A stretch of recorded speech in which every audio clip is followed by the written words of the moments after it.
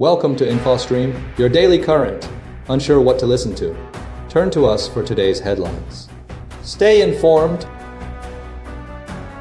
Pentagon faces legal scrutiny over military strikes. Controversy surrounds alleged double-tap deaths. Putin and Trump envoy discuss Ukraine developments. Significant shifts in regional dynamics are occurring. Asia grapples with severe flooding and landslides. Indonesia, Peru, and the UK experience unprecedented disasters. Ireland increases support for Ukraine. Continued tensions exist between China and Japan. Lithuania addresses security concerns regarding balloon incursions. Guinea-Bissau coup leads to asylum. For candidate, South Africa investigates Russia recruitment plot. Nigeria's defense minister resigns. Due to security issues, Jafar Panahi sentenced. While receiving U.S. awards, Israeli-Russian student endure years of abuse. Tsurkov fabricated confessions during captivity. Kataib Hezbollah members tortured Tsurkov abuse after discovered and abused FED's cause covering off Pessan amidst drug traffic on Hong Kong investigations. Furtherance, controversies, murder by years in Russian war. Republican Pentagon Press Secretary Pete Hegseth is facing mounting criticism and scrutiny over the legality of U.S. military actions against suspected drug smuggling vessels in international waters. The controversy centers around a reported double-tap strike, where a second missile was fired after the initial vessel was damaged, resulting in the deaths of 2 survivors. Senator Angus King has characterized the alleged actions as a stone-cold war crime if the reported facts are accurate. Hegseth's response to the growing concerns has involved attempts to discredit media coverage, dismissing reports as fabricated, and relying on a new team of pro-Trump media influencers to provide commentary. This strategy has been met with resistance from journalists and legal experts, who argue it undermines accountability and transparency. The Pentagon's revised rules, implemented under Hegseth's leadership, have significantly restricted access for traditional military beat reporters, replacing them with individuals lacking experience in covering military affairs. This shift has raised concerns about the quality of information and the ability of the press to effectively hold the military accountable. The legal implications of the strike are being investigated, with multiple sources suggesting it may violate the laws of armed conflict, which prohibit executing combatants who are hors de combat. Senior U.S. defense officials and allied nations have expressed skepticism regarding the legality of the operation. The situation highlights the broader tensions between the Trump administration and the media, with Hegseth's actions reflecting a deliberate effort to control the narrative and limit critical reporting. The Pentagon Press Secretary's strategy has been described as a campaign of disbelief aimed at eroding trust in the press. The controversy is further complicated by the fact that the legal opinion supporting the strike, obtained by Democratic senators, has been described as sloppy and problematic. The administration's attempts to suppress scrutiny have intensified, with efforts to discredit media outlets and replace experienced reporters with individuals lacking relevant expertise. The situation underscores the importance of independent journalism and the need for robust oversight of military operations. The ongoing debate over the legality of the strike raises fundamental questions about accountability, transparency, and the rule of law. Putin and Trump envoy set for key Ukraine talks amidst shifting dynamics. Recent developments surrounding diplomatic efforts to end the Ukraine war reveal a complex and evolving landscape. Russian President Vladimir Putin is scheduled to meet with U.S. Special Envoy Steve Witkoff in Moscow on Tuesday, following a weekend visit to frontline troops and a claimed capture of the strategic city of Pokrovsk.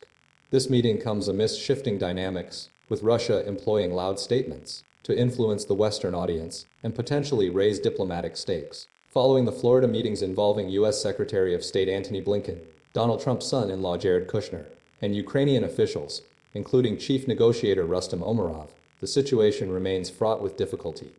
Key issues, particularly Ukraine's territorial integrity and security guarantees, including potential NATO membership, remain the most contentious. Russia's claim of capturing Pokrovsk, a city of strategic importance due to its transportation links, has been met with skepticism from Ukraine, which reports continued fighting and efforts to repel Russian forces. Ukrainian officials emphasize that fighting persists in the area and that Moscow's claims are part of a broader strategy to exert pressure. The Florida meetings, described as very constructive but containing tough issues, highlighted the divergent positions between Russia and Ukraine. Zelensky reiterated Ukraine's commitment to maintaining its sovereignty and securing robust security guarantees. Amidst these negotiations, concerns have grown regarding potential Western influence, with some observers noting a perceived shift towards Russia's demands. The corruption scandal involving Ukrainian Chief of Staff Andriy Yermak, which led to his resignation, has further complicated the situation. The planned meeting between Putin and Witkoff represents a critical juncture in the diplomatic process. While both sides acknowledge the need for a resolution, fundamental disagreements persist, and the success of the talks remains uncertain. The ongoing fighting in Pokrovsk underscores the continued intensity of the conflict and the challenges involved in achieving a lasting peace. The situation is further complicated by Russia's continued use of propaganda and disinformation to shape international perceptions. The pursuit of a diplomatic solution is ongoing, but significant obstacles remain. Asia reels from devastating floods and landslides, a region grapples with unprecedented disaster. A catastrophic combination of monsoon rains and tropical cyclones has triggered widespread devastation across Indonesia, Thailand, and Sri Lanka, resulting in over 200 fatalities and the displacement of millions. The severity of the situation is being attributed, in part to climate change, which is intensifying rainfall events. Indonesia has borne the brunt of the disaster, with ACE in North Sumatra and West Sumatra particularly hard hit. Torrential rains and landslides have claimed 744 lives and left 551 missing. Residents are struggling with limited access to fuel and basic necessities, with prices skyrocketing due to panic buying. The government is distributing 34,000 tons of rice and 6.8 million liters of cooking oil to affected provinces. Thailand experienced similar devastation, with Hat Yai City submerged by record floodwaters, leading to 176 deaths. Nursing homes and communities were isolated, relying on helicopter drops for supplies. Residents describe the flooding as like a tsunami. Sri Lanka has endured its worst floods in a decade, exacerbated by a separate storm causing deadly landslides. Over 390 people have died, and 352 remain missing, particularly in the central region, making rescue efforts challenging. President Dissanayake has declared a state of emergency and is seeking international assistance, with air forces from India and Pakistan aiding in evacuations and supply deliveries. Across the affected regions, challenges include disrupted communications, power outages, and the urgent need for clean water and medical supplies. Rescue operations are hampered by inaccessible areas and the sheer scale of the disaster. The speed of the rising floodwaters, coupled with the rapid displacement of populations, has created a chaotic and desperate situation. International aid organizations are mobilizing resources to address the immediate needs of survivors, while governments are assessing the long-term impact and planning for recovery efforts. The situation underscores the vulnerability of these nations to extreme weather events and highlights the critical importance of climate change mitigation and disaster preparedness. Indonesia, Peru, and UK benefit crisis highlighted by recent disasters. A series of devastating natural disasters across Asia and South America, including flooding in Indonesia, a landslide in Peru, and a UK benefit crisis analysis, have underscored significant challenges and highlighted urgent needs. In Indonesia, the death toll from unprecedented flooding has surpassed 500, with another 500 missing amidst widespread devastation impacting 1.4 million people across ACE, North Sumatra, and West Sumatra. Rescue efforts are hampered by impassable roads and critical shortages, with residents facing starvation and limited access to communication. Anger towards the government's response is growing, citing bureaucratic delays in aid distribution. President Prabowo Subianto acknowledged logistical difficulties while emphasizing national resilience. Meanwhile, in Peru, a landslide caused by torrential rain resulted in the sinking of a ferry and severe damage to another vessel, resulting in at least 12 fatalities and approximately 50 missing individuals near a Paria in the Ucayali region. Rescue teams, including the National Police and Peruvian Navy, are actively searching for survivors. In the United Kingdom, a Center for Social Justice report indicates that a jobless three-child household could require of a 71,000 pre-tax salary to match the income of a worker earning 71,000, factoring in student loan repayments and pension deductions. This figure stems from a projected universal credit housing element, health benefits, and personal independence payments. The report's findings have sparked debate about the adequacy of social welfare provisions. The Indonesian floods have severely impacted communities, with residents facing prolonged food shortages and communication difficulties. The Peruvian landslide has created a desperate situation for survivors and rescue teams. The UK benefit crisis analysis raises concerns about the financial strain on low-income families. These events collectively illustrate the vulnerability of populations to extreme weather and the ongoing complexities of social welfare systems. Ireland boosts support for Ukraine with a $125 million package. The Irish government has announced a significant $125 million investment in support for Ukraine, marking a pivotal moment in the ongoing international effort to aid the country. This funding, approved during a cabinet meeting, builds upon Ireland's existing commitment, bringing the total financial assistance to $340 million since February 2022. The package includes $100 million for non-lethal military assistance and $25 million dedicated to Ukraine's urgent energy needs. Ukrainian President Volodymyr Zelensky visited Dublin for the first official visit by a Ukrainian president, accompanied by his wife Olena Zelenska. The visit included a guard of honor, meetings with Irish leaders, and a signing of the visitors' book at Eris and Auchterrain. Zelensky also addressed both houses of the Irish Parliament, the Dáil and Seanad, and attended the inauguration of the Ireland-Ukraine Economic Forum. Ireland's support extends beyond financial aid. The government is proposing participation in an international claims commission to address damages and losses resulting from Russian actions in Ukraine. Furthermore, Ireland has welcomed over 120,000 Ukrainian refugees, with approximately 80,000 currently residing in the country. Zelensky expressed gratitude for Ireland's generosity and highlighted the importance of the partnership between the two nations, aiming for Ukraine's eventual membership in the European Union. He emphasized the ongoing prayers for peace and the hope for a swift end to the conflict. Ukrainian communities across Ireland, including those attending Ukrainian mass services, continue to demonstrate resilience and hope for a peaceful resolution. Long-term resident Mikhailo Fedonishin, who has lived in Ireland for over 20 years, voiced optimism about the eventual return to normalcy for his relatives in Ukraine and the success of peace negotiations. The situation remains deeply concerning for Ukrainian refugees, who are grateful for the support they have received from Ireland and the global community. Escalating tensions. China and Japan clash near disputed islands. A significant escalation of tensions occurred between China and Japan following a confrontation near the disputed Senkaku-Diaoyu Islands in the East China Sea. The ongoing dispute over these islands, administered by Japan but claimed by China, has intensified due to a broader deterioration in diplomatic relations. Recent events highlight the strategic importance of the islands and the potential for further conflict. The core of the issue stems from China's long-standing claim to the islands and its increasingly assertive actions in the surrounding waters.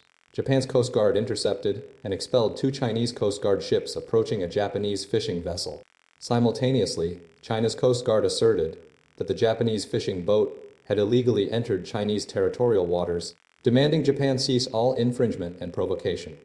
Adding fuel to the fire, Japanese Prime Minister Sanae Takaichi's controversial remarks in November, suggesting potential military action against Taiwan if China attacked, have heightened anxieties. China views Taiwan as a renegade province and has not ruled out the use of force to achieve reunification.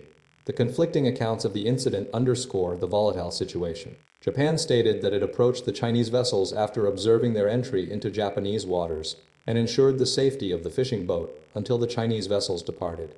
This incident follows a recent patrol operation by the Chinese Coast Guard on November 16, which they described as upholding their rights and interests.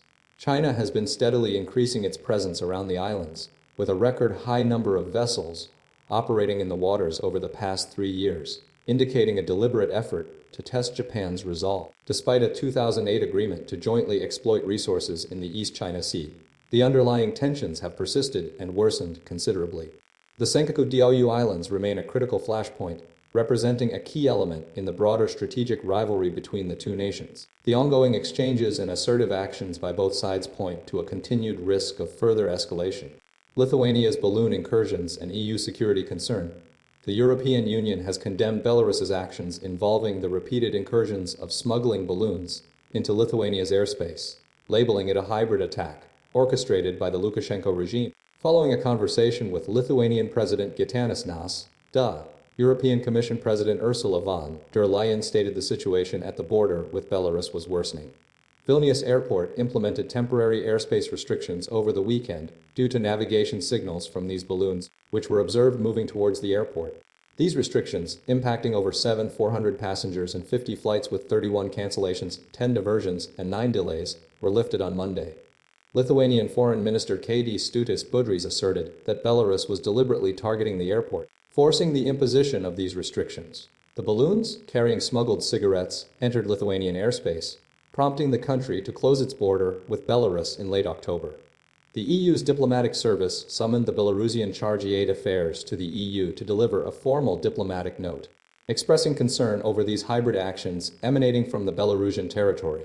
Von der Leyen emphasized the unacceptable nature of this hybrid attack, stating preparations were underway for further measures under the sanctions regime. This situation mirrors a broader EU security concern, following multiple incursions by drones and aircraft into NATO airspace. In September, around 20 Russian drones entered Poland from Ukrainian territory, prompting NATO to scramble jets and shoot them down. Similarly, in Estonia, 3 Russian jets flew over NATO territory, and Romania condemned Moscow over alleged breaches of Romanian airspace. Lithuania's Prime Minister Inga Ruginian has indicated that the country's armed forces would take all necessary measures to shoot down the balloons. The EU's heightened alert reflects a wider trend of heightened military presence in Eastern Europe, particularly in response to these escalating incidents. The Belarusian actions represent a significant security challenge, prompting a coordinated response from the EU and reinforcing existing NATO security protocols. Guinea-Bissau coup and asylum granted to presidential candidate following military takeover. Following a coup that prevented the announcement of election results, Nigeria has granted asylum to Guinea-Bissau presidential candidate Fernando Dias da Costa. Dias, representing the Party for Social Renewal, fled his campaign headquarters as armed men attempted to arrest him. Nigeria's Foreign Minister Yusuf Tuggar, acting on President Bola Tinubu's direction, facilitated Dias's protection within the Nigerian embassy in Bissau. The coup occurred 3 days after the November 23 presidential election, where both Dias and incumbent Umaro Sissoko Embalo had claimed victory. The PIGC party, historically significant in ending Portuguese colonial rule, was barred from fielding a candidate. The Electoral Commission's offices were attacked during the coup, leading to the confiscation of computers and election tally sheets from key regions. The junta, led by General Horta Ntam, has imposed restrictions, including banning demonstrations. ECOWAS has suspended Guinea-Bissau from decision-making bodies until constitutional order is restored. Heated mediation talks between ECOWAS and the junta yielded limited progress, with both sides expressing concerns. Dias's escape followed the illegal invasion of his campaign headquarters. Nigeria has requested the deployment of ECOWAS unit to protect Dias within the Nigerian embassy. The true motives behind the coup remain unclear, with speculation of a staged event involving Embalo. Some civil society groups accuse Embalo of orchestrating a simulated coup to prevent unfavorable election results. Embalo has left for Senegal and Congo-Brazzaville. Guinea-Bissau has a history of instability, including 9 coups or attempted coups in the last 5 decades, and is a known hub for drug trafficking, with military influence since independence in 1974. Nigeria's commitment to safeguarding Guinea-Bissau's democratic aspirations is underscored by the asylum granted to Dias, highlighting the ongoing political crisis within the nation. South Africa radio presenter charged in Russia recruitment plot of 5 individuals, including Nonkululeko Patricia Mantula, a radio presenter for South Africa's public broadcaster SABC, are facing charges related to the alleged recruitment of South African citizens to join the Russian military during the Ukraine war. The arrests, prompted by a tip-off at Johannesburg's international airport, occurred as the individuals attempted to travel to Russia via the United Arab Emirates. Mantula, 39, is accused of facilitating travel and recruitment alongside 4 other men, aged 21 to 46, all charged under the Regulation of Foreign Military Assistance Act. The investigation follows reports of 17 South African men, including some of Duduzel Zuma Sambudla's relatives, being lured to fight for Russia under the guise of lucrative contracts. Zuma Sambudla, daughter of former President Jacob Zuma and a member of parliament, resigned after her half-sister, Nkosazana Zuma Mancube, filed a complaint alleging she had tricked the men into fighting. The Hawks, South Africa's elite police unit, are investigating the case, focusing on crimes against the state. The MPA stated that Mantula and her co-accused were intercepted and removed from the boarding gate due to being deemed suspicious. The government has been working through diplomatic channels to assist in the safe return of the trapped men, who were primarily located in Ukraine's Donbas region. South Africa's high unemployment rate, particularly among young people, is considered a contributing factor to the vulnerability of individuals to such recruitment schemes. Ukraine has been criticized for attempting to recruit foreign nationals, including citizens from countries like Somalia, Sierra Leone, Togo, Cuba, and Sri Lanka, into its armed forces. Several other nations, including Senegal and Nigeria, have issued warnings and demanded the withdrawal of Ukrainian embassy posts attempting to recruit foreign fighters. Kenya recently rescued over 20 individuals from a suspected trafficking ring. The MPA is scheduled to hold a bail hearing for the accused on December 8th, and the investigation continues. Nigeria's defense minister resigns amid security crisis. Nigeria's Minister of Defense, Mohammed Badaru Abubakar, has resigned effective immediately due to health reasons. coinciding with a severe escalation of security challenges across the nation. Abubakar, appointed in August 2023 and a key figure in Bola Tinubu's 2023 presidential campaign, stepped down after 63 years of service. President Tinubu accepted his resignation, acknowledging his contributions. Simultaneously, Christopher Musa, a retired general and former chief of defense staff, has been nominated as Badaru's replacement. Musa is a highly experienced military strategist known for counter-insurgency operations. The resignation follows a period of heightened insecurity, particularly mass kidnappings, with over 400 people, predominantly schoolchildren, abducted since November. A recent attack resulted in the disappearance of 250 schoolchildren and 12 teachers from a Catholic school in Niger State.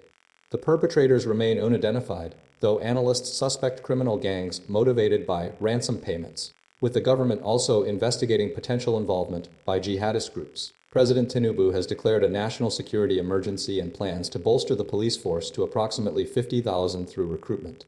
Nigeria faces multiple crises, including kidnapping, Islamist insurgency, separatist violence, and farmer-herder conflicts. Corruption, poor intelligence sharing, and underfunded local policing are identified as key impediments to resolving these issues. The Senate is expected to confirm Musa, who will oversee Nigeria's most significant security overhaul. The U.S. House Committee on Appropriations will lead a roundtable discussion on Christian persecution allegations, prompting U.S. President Donald Trump to threaten military intervention if the situation isn't addressed. A U.S.-Nigerian working group is being established to strengthen defense and security cooperation. Recent diplomatic efforts, including a delegation led by National Security Advisor Malam Nuhu Ribadu to Washington, aim to foster collaboration. The situation highlights the complex and multifaceted security challenges facing Nigeria, demanding immediate and sustained action. The ongoing concerns underscore the need for improved security strategies and international support. Jafar Panahi sentenced while collecting U.S. awards. Iranian film director Jafar Panahi has been handed a one-year prison sentence and a travel ban within Iran, despite being in New York to accept 3 prestigious awards, including Best Director. For his film, It Was Just an Accident. His lawyer announced the sentence on Monday, coinciding with the film's success at the Gotham Awards. Panahi, 65, has previously served 2 prior prison terms in Iran due to accusations of creating propaganda against the political system. He expressed his intention to return to Iran following the latest sentencing.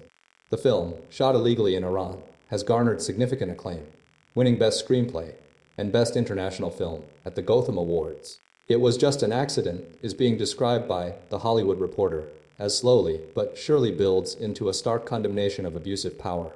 Panahi notably refrained from commenting on the new sentence during his acceptance speeches, instead offering praise to filmmakers who continue to create films despite facing restrictions and risks. He acknowledged the dedication of those who operate without support, risking their safety and freedom for the sake of truth and humanity. Panahi's work has been consistently challenged by Iranian authorities, resulting in bans on filmmaking and previous imprisonment. The awards received for It Was Just an Accident position the film as a potential contender for the Oscars, scheduled to take place in Hollywood in the spring. The situation highlights the ongoing conflict between artistic expression and governmental control within the Iranian film industry, underscoring Panahi's persistent commitment to filmmaking despite facing significant obstacles and legal repercussions. His actions demonstrate a continued defiance of restrictions and a dedication to his craft. Elizabeth Tsurkov, an Israeli-Russian doctoral student, endured over 2.5 years of captivity in Iraq, detailing a harrowing experience marked by extreme torture inflicted by members of Kataib Hezbollah, an Iran-backed militia. Tsurkov fabricated confessions to mitigate the abuse, creating elaborate narratives based on the captor's insane worldview, which included conspiracy theories about U.S. influence and alleged Israeli-led ISIS creation. Initially held in solitary confinement with no light, she was subjected to methods like being hung by her wrists, beaten with sticks, and electrocuted, often after inventing confessions to provoke further torment. Her captors escalated their methods when they realized her confessions were fabricated, leading to even harsher treatment. Tsurkov's release occurred following intervention by U.S. businessman Mark Savaya, appointed as a special envoy by President Trump, who expressed strong dissatisfaction and threatened the malicious leadership with potential U.S. military action. Prime Minister Mohammed Shia al-Sudani acknowledged extensive efforts, but downplayed Kataib Hezbollah's role, framing the release as a strategic move to prevent a U.S. strike and facilitate U.S. troop withdrawal. However, a senior Kataib Hezbollah official asserted that the release was orchestrated to appease the U.S. and compel compliance with its withdrawal agreement. claiming Tsurkov provided information under interrogation. Following her release, Tsurkov revealed that her captors believed she was a spy, exploiting her Israeli citizenship to justify their actions. She described the conditions of her imprisonment, highlighting the prolonged isolation and the psychological impact of the torture. Post-release, Tsurkov observed a strengthening of Iran-backed militias in Iraqi parliamentary elections and expressed concern about a corrupt system benefiting these groups. She also noted the increased anxieties and sense of insecurity among Israelis following the October 7th attacks and the ongoing conflict in Gaza, particularly among peace activists.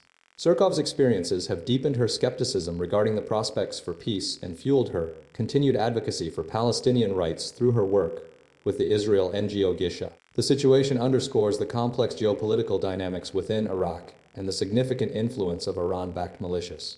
Joaquin Guzman Lopez's son pleads guilty in U.S. drug trafficking case. Son of Joaquin Guzman Lopez, son of notorious drug lord El Chapo, has pleaded guilty to drug trafficking charges in a U.S. court, marking a significant development in the ongoing efforts to dismantle the Sinaloa drug cartel. The 39-year-old, a member of Los Chapitos, the group comprised of El Chapo's children, including his brother Ovidio, who previously pleaded guilty to similar charges in July. Prosecutors allege that following their father's arrest and life sentence, the brothers rose to prominence, effectively leading the cartel. Last year, Guzman Lopez was apprehended alongside cartel boss Ismael Ol Mayo Zambada after arriving on a private plane in Texas, an operation orchestrated by Lopez, who tricked Zambada into believing he was traveling for property scouting related to clandestine airstrips.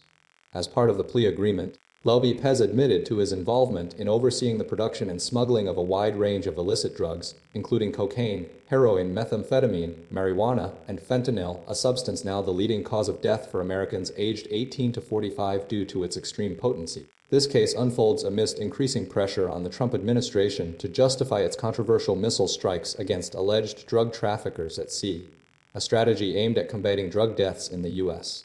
Critics have labeled these actions as extrajudicial killings, potentially violating international treaties. Simultaneously, Mexican authorities announced the killing of Pedro Picon in Zunza Coronel, a top fentanyl trafficker wanted in the U.S., involved in numerous violent crimes. U.S. Ambassador to Mexico Ronald Johnson highlighted the collaborative success of the joint effort, stating that these results demonstrate what nations can achieve when working together against those who pose a threat to citizens. The ongoing struggle against the Sinaloa cartel continues with these recent developments, solidifying the U.S. and Mexico's commitment to disrupting the flow of illicit drugs and addressing the associated dangers. Hong Kong fire investigation and arrests trigger controversy. A devastating fire at the Wang Fuk Court high-rise complex in Hong Kong, resulting in the deaths of at least 151 people, has prompted a comprehensive investigation led by an independent committee headed by a judge. The fire, which erupted during extensive renovations, quickly spread across 7 of 8 tower blocks, due to a failure of protective netting to meet flame retardant standards and flammable materials. 13 individuals, including directors of a construction company, have been arrested on suspicion of manslaughter. Authorities estimate the investigation will take 3 to 4 weeks. The Hong Kong Fire Service battled the blaze for over 40 hours, requiring more than 2,000 firefighters to bring it under control. Following the incident, police detained a 24-year-old man on suspicion of sedition related to a petition demanding an independent inquiry. 2 other individuals, including a former district councillor, were also taken into custody. Chief Executive John Lee has acknowledged the need for reform and established the Independent Committee to conduct a comprehensive reform aimed at preventing similar tragedies. He emphasized the importance of addressing failures at various stages of the renovation process. Despite the criticism, Lee has maintained that criminals that commit offenses must be taken to justice. The fire service discovered that alarms in all 8 blocks were not functioning effectively. As a precautionary measure, the Hong Kong Buildings Department has temporarily suspended works on 30 private projects. Amnesty International and Human Rights Watch have both voiced concerns, urging a transparent investigation and criticizing the reported arrests, arguing they are silencing legitimate questions. The ongoing investigation highlights significant safety concerns within Hong Kong's building regulations and renovation processes, emphasizing the urgent need for accountability and systemic change. Honduras election tight race amid U.S. influence. The Honduran presidential election is currently hanging in the balance, with the National Party candidate Nasrius Fura holding a slight lead over his opponent, Salvador Nasrallah, following the counting of over 40% of the votes. The National Electoral Council (CNE) has described the situation as Guinea-Bissau, emphasizing that the results are preliminary and partial.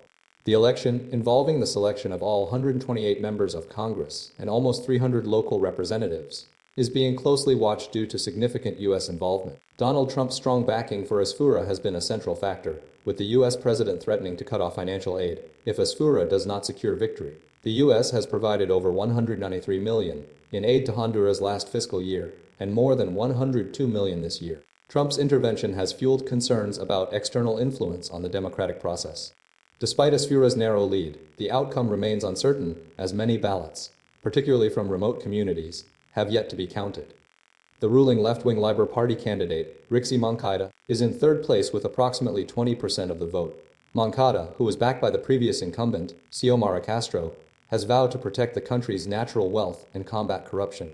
Nasri Asfura, a former mayor of Tegucigalpa, has pledged to foster development, attract investment, and generate employment. However, his party has faced numerous scandals and corruption accusations, including the recent imprisonment of former party leader and ex-President Juan Orlando Hernández in the U.S. on drug smuggling and weapons charges. Asfura has attempted to distance himself from Hernández's actions. The Labour Party, led by Moncada, is refusing to accept preliminary results and insists on the final count of paper ballots.